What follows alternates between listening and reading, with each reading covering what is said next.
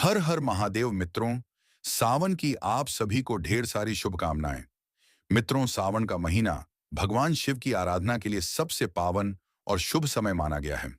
यह महीना सिर्फ एक पर्व नहीं, बल्कि एक अनुभूति है, एक आस्था है, एक विश्वास है जो हमें भगवान शिव की भक्ति में लीन कर देता है। इस महीने में हर दिन विशेष होता है और हर सोमवार तो जैसे स्वयं महादेव के दर्शन का साक्षात अवसर लेकर आता है। लेकिन मित्रों, जिस तरह हर पूजा का एक नियम होता है, हर भक्ति की एक मर्यादा होती है, उसी प्रकार सावन में भी कुछ नियम होते हैं। कुछ ऐसे विशेष नियम जो यदि अनजाने में भी टूट जाएं, तो उसका दुष्परिणाम जीवन भर झेलना पड़ता है। आज हम आपसे एक ऐसी ही बात करने जा रहे हैं, एक ऐसा गूढ़ रहस्य जो शायद बहुत कम लोग जानते हैं, और जो जानते भी हैं, उन्होंने कभी खुलकर इस पर बात नहीं की। मित्रों, ये बात विशेषकर स्त्रियों से जुड़ी हुई है।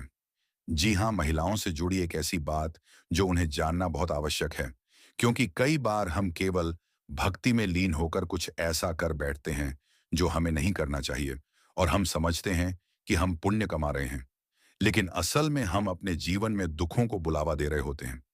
मित्रों, आपने अक्सर देखा होगा कि सावन आते ही मंदिरों में लंबी कतारें लग जाती हैं। शिवालयों में जल चढ़ाने वालों का तांता लग जाता है। हर कोई चाहता है कि वह इस पावन मास में भगवान शिव को प्रसन्न करे, उनकी कृपा प्राप्त करे। लेकिन क्या आप जानते हैं कि सावन में 3 विशेष प्रकार की स्त्रियों को शिवलिंग पर जल चढ़ाना वर्जित माना गया है? और यह कोई रूढ़िवादिता नहीं है। यह एक ऐसी सत्य कथा से जुड़ा रहस्य है जिसे जानना हर महिला के लिए अत्यंत आवश्यक है, क्योंकि ये बातें किसी पुरानी मान्यता पर आधारित नहीं हैं, बल्कि साक्षात उन अनुभवों पर आधारित हैं जिनसे भगवान शिव के क्रोध का सामना करने वाली स्त्रियों को होकर गुजरना पड़ा। अब आप सोच रहे होंगे कि क्या ऐसा हो सकता है कि भक्ति भी किसी को नुकसान पहुंचा दे? तो मित्रों, हाँ, अगर वह भक्ति अज्ञानता और अनुशासनहीनता से भरी हो, तो वह न केवल निरर्थक होती है, बल्कि उल्टा फल भी दे सकती है। भगवान शिव को भोलेनाथ यूं ही नहीं कहा जाता। वह बहुत जल्दी प्रसन्न भी हो जाते हैं और बहुत जल्दी रुष्ट भी हो जाते हैं, और सावन में तो उनकी उपस्थिति हर कण में व्याप्त रहती है। ऐसे में एक छोटी सी गलती भी हमें जीवन भर के दुख दे सकती है। अब यहाँ सवाल उठता है कि वह 3 स्त्रियां कौन हैं जिन्हें शिवलिंग पर जल चढ़ाने की मनाही है? क्या वजह है इसके पीछे? क्या कोई धार्मिक कारण है? क्या कोई पौराणिक कथा है? या फिर कोई ज्योतिषीय रहस्य है? मित्रों, यह रहस्य बहुत गहरा है, और इसके पीछे जो कहानियां छिपी हैं, वे हमें सिखाती हैं कि किस प्रकार हर कर्म का अपना एक समय और मर्यादा होती है, जिसको तोड़ने पर भगवान स्वयं भी अप्रसन्न हो जाते हैं।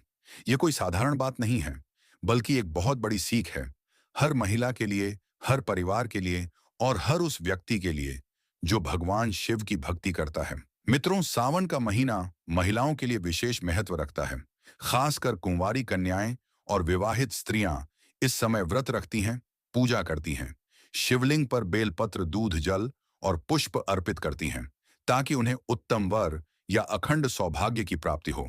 लेकिन जब यह बात आती है उन 3 स्त्रियों की जिनके लिए यह निषेध बताया गया है, तो यहाँ सिर्फ वर या सौभाग्य की बात नहीं होती। यहाँ एक ऐसा कर्म जुड़ता है जो उन्हें शिव की पूजा से दूर कर देता है, और यदि वे फिर भी अज्ञानवश या जिद में आकर शिवलिंग पर जल चढ़ा देती हैं, तो उनका जीवन कष्टों से भर जाता है। उनकी सुख शांति छिन जाती है, और उन्हें जीवन भर दरिद्रता का सामना करना पड़ता है। मित्रों, यह बात हम यूं ही नहीं कह रहे हैं। इसके पीछे शास्त्रों में वर्णित कथाएं और लोकमान्य परंपराएं हैं जो पीढ़ियों से चली आ रही हैं। लेकिन अफसोस कि आधुनिक युग में इन बातों को अंधविश्वास समझकर नजरअंदाज कर दिया जाता है, और फिर जब कष्ट आते हैं तो लोग पूछते हैं कि हमने तो भक्ति की थी, फिर हमारे साथ ऐसा क्यों हुआ? इसका उत्तर बहुत सीधा है कि भक्ति की, लेकिन बिना ज्ञान के और बिना मर्यादा के, ठीक वैसे जैसे एक बच्चा तेज गर्म चूल्हे पर हाथ रख देता है, क्योंकि वह जानता नहीं कि इससे जलन होगी, और फिर वह जल जाता है। मित्रों, भगवान शिव केवल भक्त नहीं चाहते, वह सजग और समझदार भक्त चाहते हैं। उन्हें अंधभक्ति नहीं चाहिए, उन्हें वह प्रेम चाहिए जो मर्यादा के भीतर हो, जो श्रद्धा और शुद्धता से भरा हो।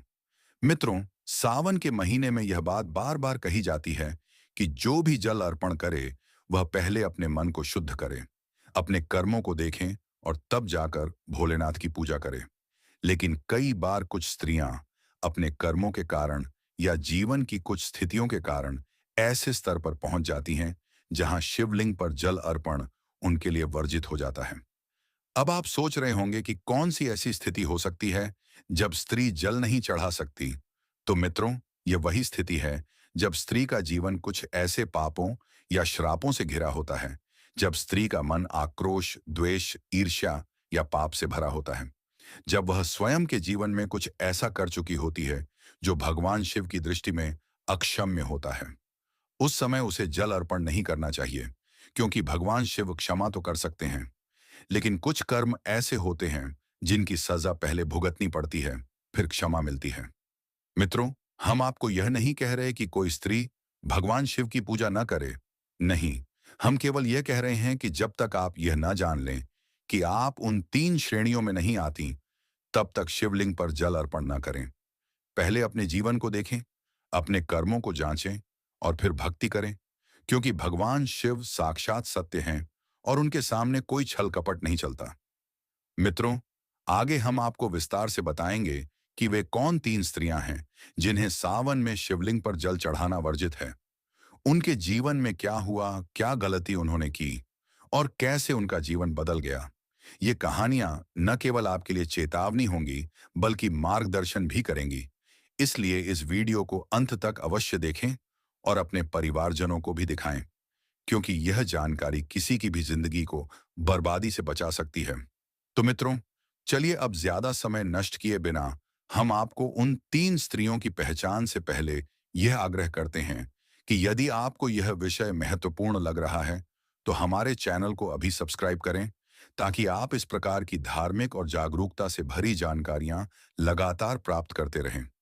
क्योंकि हमारी कोशिश केवल वीडियो बनाना नहीं है, हमारी कोशिश है कि आप सबके जीवन में भगवान शिव की कृपा बनी रहे और कोई भी व्यक्ति अनजाने में ऐसा कर्म न करे जिससे उसका जीवन दुखों से भर जाए। चलिए मित्रों, आपका ज्यादा समय नष्ट न करते हुए हम आप सभी को पहली औरत के बारे में बताते हैं जिसे सावन में शिवलिंग पर जल नहीं चढ़ाना चाहिए। मित्रों, यह कोई साधारण औरत नहीं थी। यह एक प्रतिष्ठित परिवार की बहू थी। एक ऐसा परिवार जो पीढ़ियों से भगवान शिव की भक्ति करता आ रहा था, जहां हर साल सावन में पूरा घर मिलकर व्रत करता, पूजा करता और मंदिर जाकर जलाभिषेक करता था। यह औरत भी उन्हीं परंपराओं को निभाते हुए शादी के बाद पहली बार सावन में अपने पति के साथ मंदिर गई थी। मन में श्रद्धा भी थी, उत्साह भी था, लेकिन भीतर कुछ था जो अदृश्य था, जिसे वह खुद भी समझ नहीं पा रही थी। उसका मन अशांत था। जीवन में बहुत कुछ था जो उसने अपने भीतर दबा रखा था। वह ऊपर से बहुत धर्मपरायण दिखती थी, लेकिन भीतर बहुत कुछ ऐसा था जो एक भक्त को नहीं शोभा देता था। वह गुस्से वाली थी, बात बात पर घर वालों से लड़ पड़ती थी। सास से तो उसका हर दिन विवाद होता था। यहां तक कि पति के साथ भी संबंध मधुर नहीं थे। लेकिन फिर भी वह हर साल सावन में सबसे आगे खड़ी होकर जल चढ़ाती थी, लोगों को दिखाने के लिए कि वह बहुत बड़ी भक्त है। लेकिन भगवान शिव के सामने दिखावा नहीं चलता। मित्रों, शिवलिंग पर जल चढ़ाने से पहले आत्मा का शुद्ध होना जरूरी होता है। वह स्त्री हर रोज मंदिर जाती, लेकिन जाते वक्त घर में क्लेश कराती।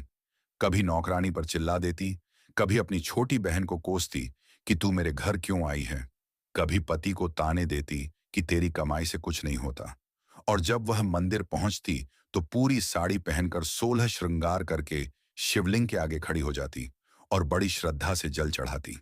लेकिन मित्रों, भगवान शिव उस जल को स्वीकार नहीं करते, क्योंकि वह जल पवित्र भाव से नहीं चढ़ाया गया होता।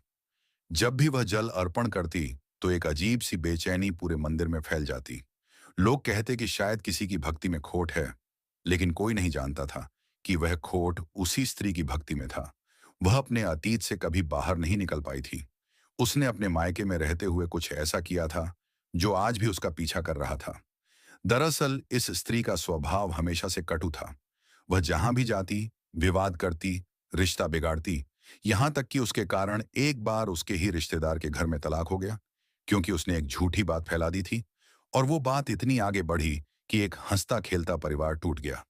तब भी उसने कभी माफी नहीं मांगी और न ही पछताया, बल्कि उल्टा गर्व किया कि मेरी बात की कीमत सबको समझ में आ गई। लेकिन मित्रों, जब हम किसी के जीवन को तोड़ते हैं, किसी के रिश्ते को नष्ट करते हैं, तो वह कर्म हमारे ऊपर लौट कर आता है। और फिर अगर हम भगवान के सामने खड़े भी हों, तो वो हमें क्षमा नहीं करते, जब तक हम सच्चे मन से पश्चाताप न करें। उस स्त्री ने अपने जीवन में कई बार ऐसे निर्णय लिए जो केवल अपने स्वार्थ के लिए थे।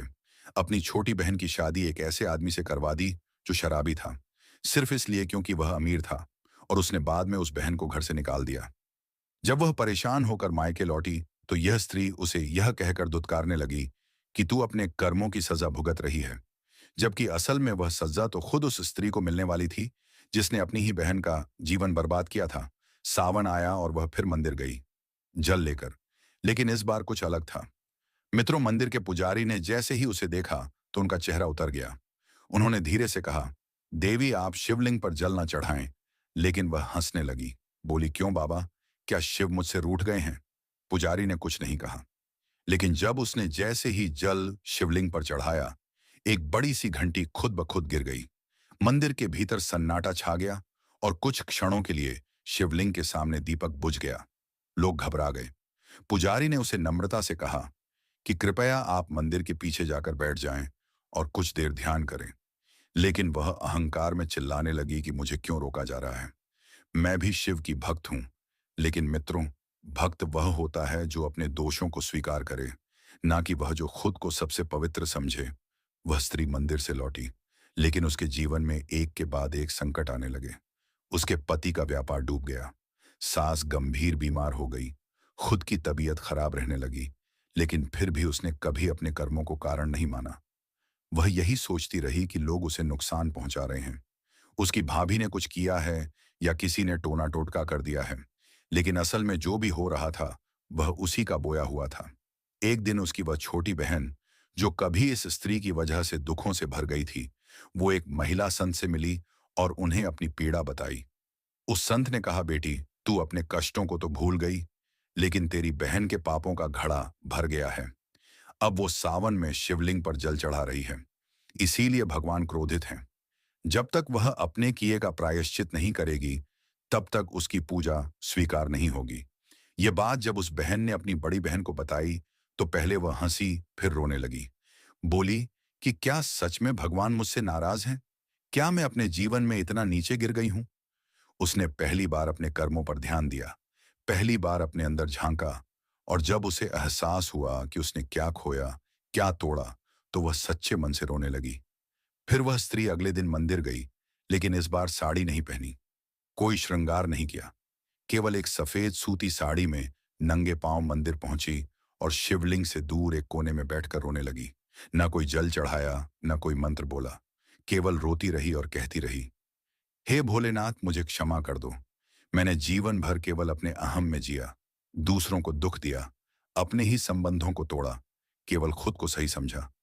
आज मुझे समझ में आया कि मैं कितनी गलत थी। तब एक चमत्कार हुआ। मंदिर में घंटी अपने आप बजी और दीपक फिर से जल उठा।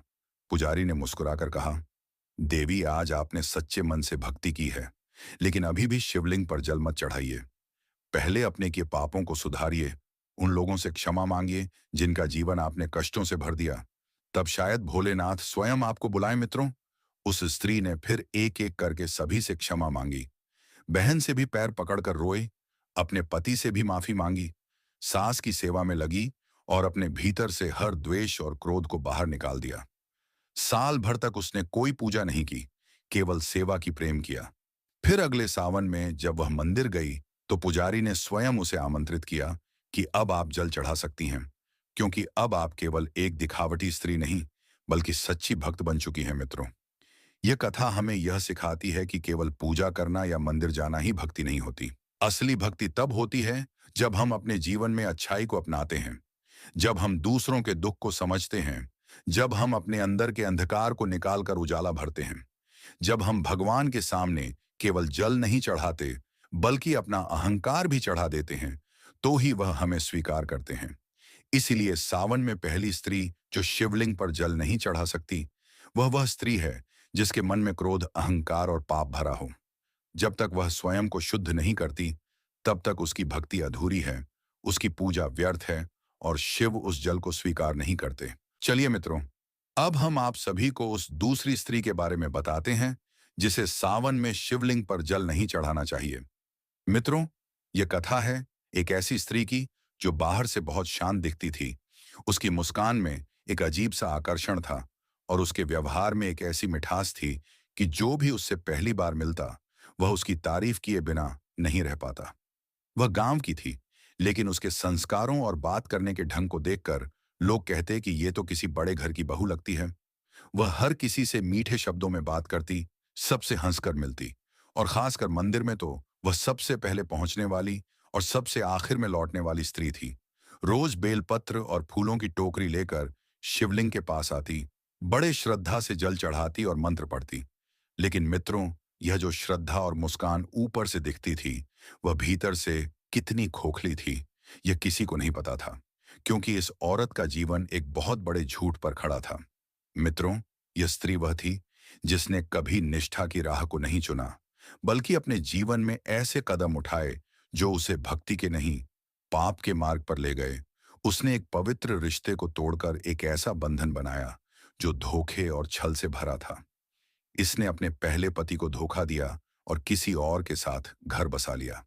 अब आप सोचेंगे कि यह तो व्यक्तिगत बात है, लेकिन मित्रों, जब एक स्त्री किसी को छलती है और वह भी बिना किसी पश्चाताप के, और फिर वह भोलेनाथ के चरणों में जाती है, तो क्या आप सोचते हैं कि भगवान उसकी पूजा स्वीकार कर लेंगे?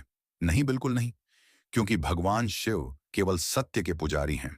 वह किसी भी प्रकार की कपट या दोगलेपन को स्वीकार नहीं करते। इस स्त्री ने अपने पहले पति से विवाह किया था जब वह बहुत युवा थी। दोनों में प्यार भी था और शुरुआत में सब कुछ ठीक था, लेकिन समय बीतते ही उसके मन में किसी और के लिए आकर्षण जागा। वह अक्सर मोबाइल में घंटों किसी से बात करती। पति पूछता तो कहती कि मायके से बात कर रही हूं, लेकिन हकीकत यह थी कि वह किसी और मर्द से जुड़ चुकी थी। वह धीरे धीरे अपने पति से कटने लगी। उसके खाने पीने से लेकर दिनचर्या तक हर बात में दूरी आने लगी। यहां तक कि एक दिन उसने अपने पति को झूठ बोलकर मायके भेज दिया और खुद उसी आदमी के साथ बाहर घूमने निकल गई। लेकिन दुर्भाग्यवश उसी दिन उसका पति एक्सीडेंट में घायल हो गया। मित्रों, उस स्त्री को अपने पति की कोई चिंता नहीं हुई, बल्कि जब अस्पताल से बुलावा आया तो वह औरत कुछ देर के लिए वहां गई और फिर लौटकर उसी व्यक्ति के पास चली गई जिसे वह चाहती थी। कुछ महीनों बाद उसने तलाक ले लिया और उस आदमी से शादी कर ली जिसके लिए उसने सब कुछ छोड़ा। लेकिन मित्रों, ये जो नया जीवन उसने चुना वह कभी स्थिर नहीं रहा, क्योंकि जो रिश्ता झूठ और धोखे पर खड़ा होता है वो एक दिन टूट ही जाता है। उसका दूसरा पति उससे अक्सर झगड़ता मारता और ताने देता कि तुमने अपने पहले पति को धोखा दिया है, तो मुझे क्या समझती हो। वह औरत भीतर से टूट चुकी थी, लेकिन ऊपर से अब भी खुद को बहुत धार्मिक और पवित्र दिखाने का प्रयास करती। वह अब हर सावन में मंदिर जाती, घंटों बैठती, पूजा करती, लेकिन उसका मन साफ नहीं था। उसकी आत्मा पर उस अधूरे रिश्ते की टीस और धोखे का कलंक था। एक दिन मंदिर के पुजारी ने उससे कहा, बेटी, तुम हर दिन आती हो, लेकिन क्या तुम शिवलिंग के आगे एक बार भी रोई हो? क्या एक बार भी खुद को दोषी माना है? क्या तुमने उस व्यक्ति से क्षमा मांगी है जिसका जीवन तुमने बर्बाद किया? वह चुप रही। उसका चेहरा उतर गया, लेकिन अगले दिन फिर वही प्रक्रिया दोहराई। फिर एक दिन सावन का अंतिम सोमवार आया। उस दिन वह महिला मंदिर आई तो देखा कि मंदिर का द्वार थोड़ी देर के लिए बंद है, क्योंकि कोई शिव पुराण का पाठ चल रहा था। वह बाहर बैठ गई और तभी वहां एक वृद्ध महिला आई और उसके पास बैठ गई। उसने धीरे से कहा, बेटी, तू बहुत सुंदर है, पर तेरे चेहरे पर सच्चाई की रेखा नहीं दिखती। ये सुनकर वह चौंकी और बोली, आप कौन हैं?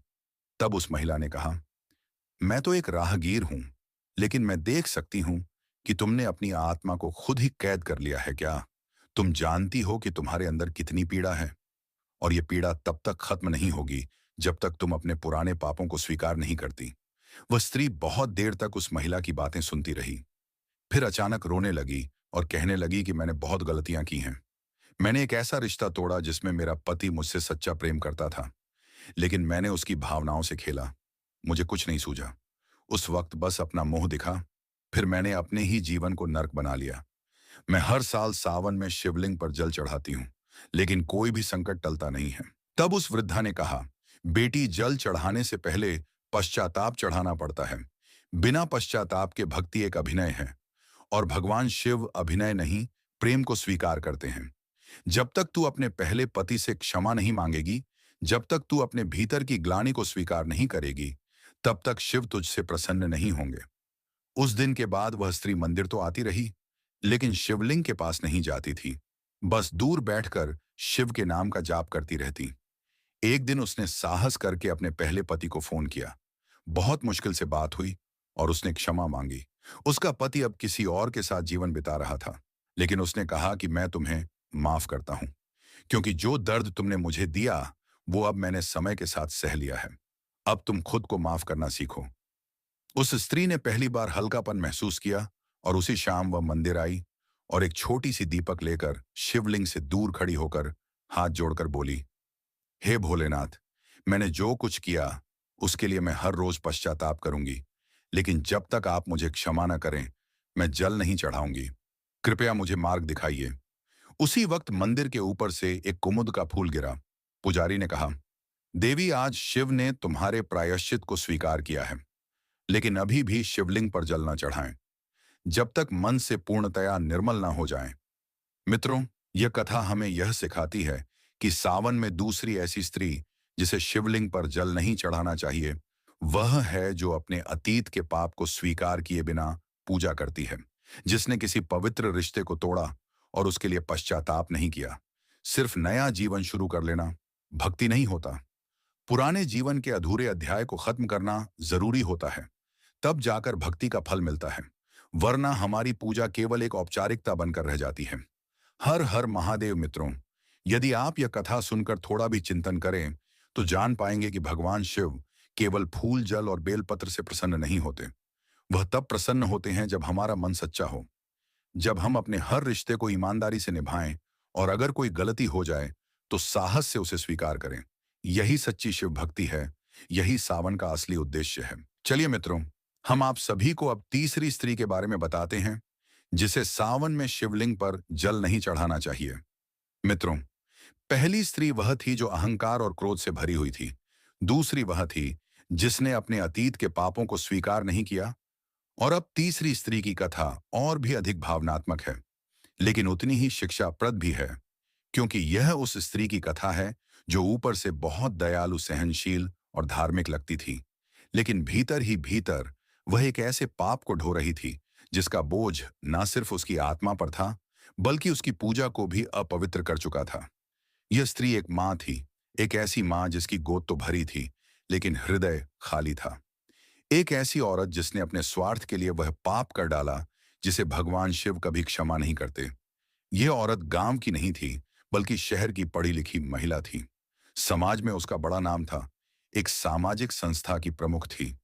महिलाएं उससे प्रेरणा लेती थीं। उसका भाषण सुनने के लिए लोग लाइन लगाते थे।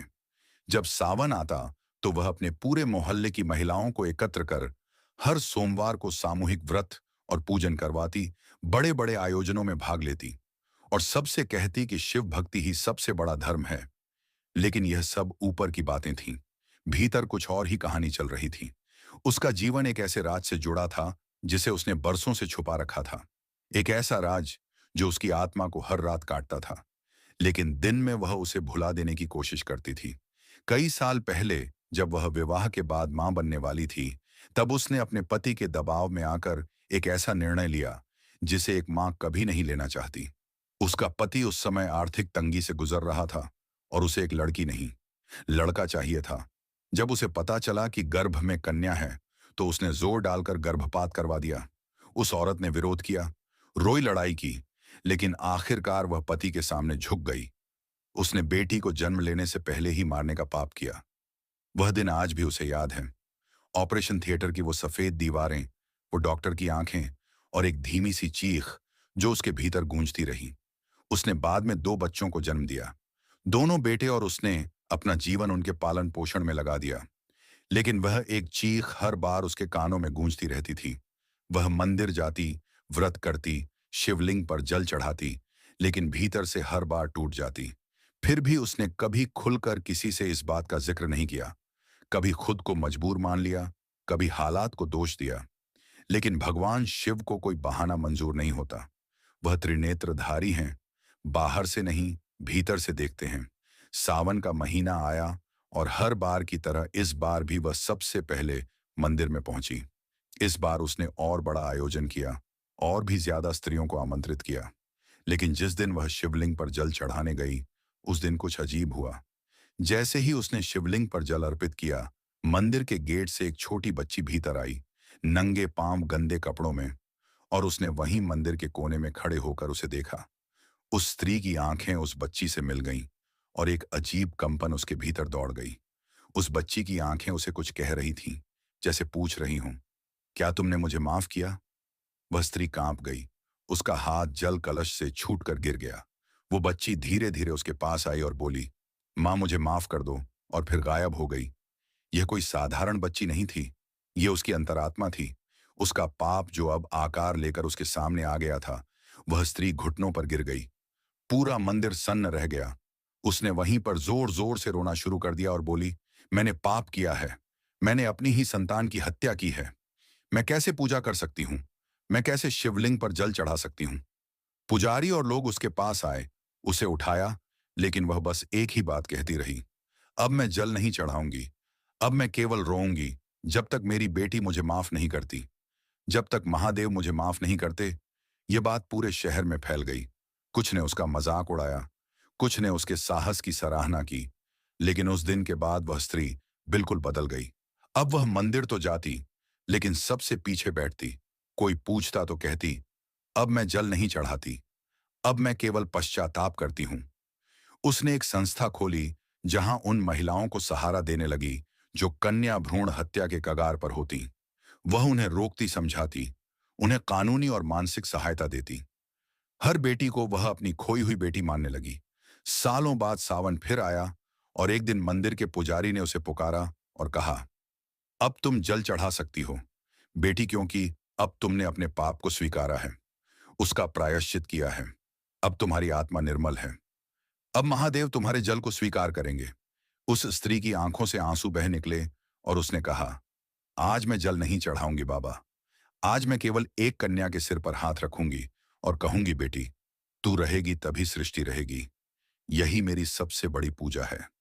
ये कथा हमें यह सिखाती है कि सावन में तीसरी ऐसी स्त्री जिसे शिवलिंग पर जल नहीं चढ़ाना चाहिए, वह है जो मातृत्व के धर्म से च्युत हो चुकी हो, जो अपने हाथों से जीवन को नष्ट कर चुकी हो और अब भी बिना पश्चाताप के पूजा कर रही हो। शिव उस जल को स्वीकार नहीं करते जो मासूम रक्त की स्याही में डूबा हो। जब तक वह स्त्री उस पाप को नहीं पहचानती, उसे स्वीकार नहीं करती और उसके लिए कुछ न कुछ प्रायश्चित नहीं करती, तब तक वह केवल एक अभिनय कर रही होती है, भक्ति नहीं। हर हर महादेव मित्रों, आज आपने जाना कि तीन स्त्रियां, पहली जो क्रोध और अहंकार से भरी थीं, दूसरी जिसने अपने अतीत के रिश्ते को तोड़कर पश्चाताप नहीं किया, और तीसरी जिसने मातृत्व धर्म को छोड़कर जीवन नष्ट किया। ये तीनों जब तक अपने भीतर के दोष को स्वीकार नहीं करती, तब तक शिवलिंग पर जल नहीं चढ़ा सकती। नहीं तो उनका यह कर्म न केवल उन्हें दुख देता है, बल्कि उनके परिवार तक को प्रभावित करता है। तो मित्रों, यह कथा केवल महिलाओं की नहीं, हर भक्त की आंखें खोलने वाली हैं कि भक्ति पहले भीतर से शुरू होती है, फिर मंदिर के दरवाजे तक जाती है। हर हर महादेव मित्रों, अगर आपको यह वीडियो अच्छा लगा हो, अगर इन तीनों स्त्रियों की कथा ने आपके मन को स्पर्श किया हो, अगर इस कहानी ने आपके भीतर किसी सच्चाई को जगाया हो या आपको सोचने पर मजबूर किया हो, तो कृपया इस वीडियो को अपने परिवारजनों, मित्रों और समाज के हर उस व्यक्ति तक जरूर साझा करें जो सावन में शिव की पूजा करता है, ताकि वह भी जान सके कि भक्ति केवल रीति रिवाजों का नाम नहीं है, बल्कि आत्मा की सच्चाई और पश्चाताप की शक्ति का दूसरा नाम है। मित्रों, अगर आप चाहते हैं कि आगे भी इसी तरह की सच्ची और आध्यात्मिक कथाएं, शिव भक्ति से जुड़ी कहानियां और सावन में क्या करें, क्या ना करें, जैसी महत्वपूर्ण जानकारी आपको मिलती रहे, तो कृपया हमारे चैनल को अभी सब्सक्राइब करें और बेल आइकन दबाना बिल्कुल ना भूलें, ताकि जब भी हम कोई नई कथा लेकर आएं, वह सबसे पहले आप तक पहुंचे। आपका एक सब्सक्राइब हमें और अधिक उत्साह से ऐसी भावनात्मक और ज्ञानवर्धक वीडियो लाने की प्रेरणा देता है। हर हर महादेव मित्रों, जय शिव शंकर, जय भोलेनाथ।